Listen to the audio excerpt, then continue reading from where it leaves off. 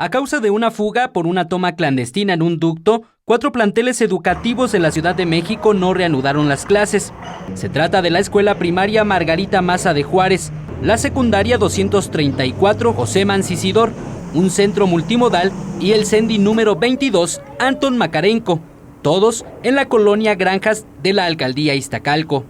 Se hace de manera preventiva y se estará evaluando de acuerdo a las acciones de mitigación que se están llevando a cabo, valorando los riesgos. De acuerdo al titular de la Secretaría de Seguridad Ciudadana, el perímetro de estos planteles educativos es vigilado las 24 horas del día por elementos de la dependencia.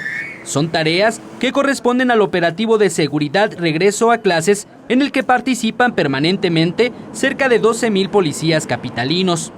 Son 7,900 elementos de la Secretaría más 4,000 elementos que por parte de las alcaldías, Policía Auxiliar y Policía Bancaria están también participando en este dispositivo.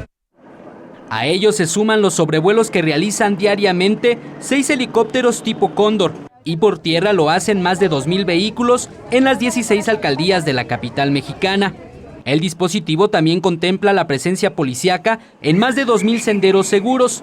Y según Jesús Horta Martínez, solo en aquellos planteles en donde los padres de familia lo soliciten, se implementará el operativo Mochila Segura.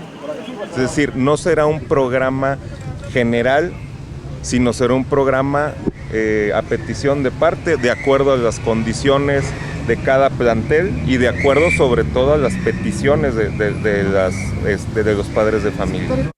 Los operativos que se pusieron en marcha este lunes serán extensivos para el turno vespertino en todos los planteles de la Ciudad de México.